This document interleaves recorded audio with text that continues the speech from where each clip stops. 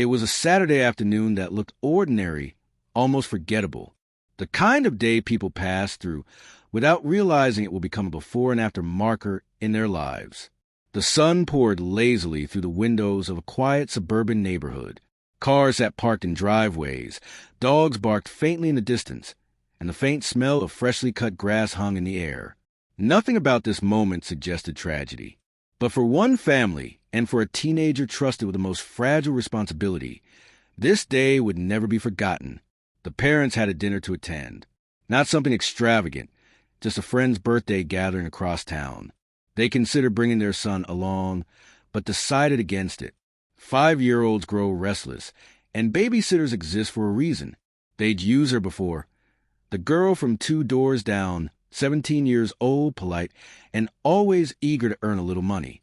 They knew her parents, had seen her grow up. She was responsible, or at least, she had always seemed so. And when you're a parent, you tell yourself that's enough. You hand over your child with a hug, a kiss, and a quiet voice inside that says, he'll be fine. The boy was a bundle of energy that day, bouncing between toys, giggling at cartoons, climbing on couch cushions. The babysitter smiled, tried to keep up. She wasn't malicious. She wasn't careless, at least not in the beginning. But she was tired, bone tired. A week of late-night studying, early school mornings, and nonstop activities had worn her thin. Her eyes stung every time she blinked. She reminded herself she was only babysitting for a few hours. Just keep him busy until bedtime, she thought. She read him a story. She played a board game with him, though her yawns betrayed her. When he ran circles around the living room, she tried to keep up, but her body begged for rest. Eventually, she sat down on the couch while he played with action figures. The hum of the air conditioner, the soft glow of sunlight through curtains, the rhythm of a child's laughter. Together, they made a lullaby. She told herself it would only be 5 minutes. Just 5. Enough to close her eyes and recharge. But 5 minutes became 15. 15 became 30. And then silence. She awoke with a start. Something felt wrong. The house was too quiet, the kind of silence that isn't peaceful but alarming. She called his name once, twice. No response. She checked the living room, the hallway, the kitchen. Empty. And then she noticed the back door. Open, just a crack, swaying in the breeze. Her chest tightened as she ran outside. The backyard stretched before her, familiar but suddenly alien. And then she saw him. The boy was floating in the family's pool, still silent, face down. Her scream split the calm of the neighborhood. She dove in, pulling him to the edge, trying desperately to revive him. CPR, begging, sobbing. She tried it all. But the minutes had already stolen too much. Neighbors heard the cries and rushed over. Someone called 911. Sirens wailed. Paramedics stormed the yard. But by then, the boy's life had slipped away. The parents came home to flashing lights, strangers crowding their lawn, and the babysitter on the grass, shaking uncontrollably, repeating over and over, I only closed my eyes for a moment. I didn't mean to. I didn't mean to.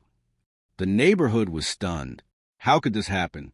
Some whispered it was a terrible accident, a mistake any exhausted teenager might make. Others whispered a harsher word, negligence. Investigators pieced together the timeline. The babysitter admitted she fell asleep. She admitted she hadn't checked the back door lock. The pool had no cover, no barrier beyond a fence that the child had clearly managed to bypass. Experts noted how often tragedies like this occur, stressing that even a few unsupervised minutes can be fatal. When the case reached the courtroom, it tore the community in two. The prosecution painted a picture of carelessness bordering on criminal. She had one job, the prosecutor declared, one job, to protect that child, and she chose to close her eyes instead. That choice cost a life. They argued her age was no excuse. Babysitters are entrusted with lives, and trust comes with responsibility. But the defense countered with equal fire.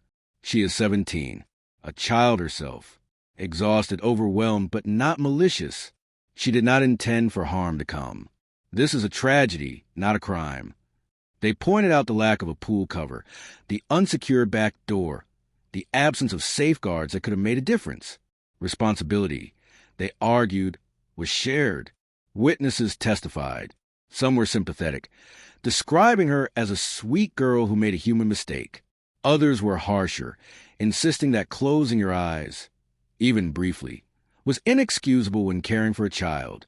The parents sat in silence, their grief unrelenting, caught between sorrow and rage. And so, the case transformed from a single moment into a debate about justice. Should a teenager face prison for falling asleep? Or should her punishment be the lifelong burden of knowing she was responsible for the boy's last moments? The jury deliberated. The verdict would eventually be read. But even after, the community remained divided. Some saw her as a criminal, others as a tragic reminder of how fragile trust can be. And here's the question for you, the one this entire case hangs on. Was this simply a mistake? Or was it negligence, so severe it crossed the line into crime? Was she guilty or not? For more chilling true crime cases, subscribe to our channel, Guilty or Not,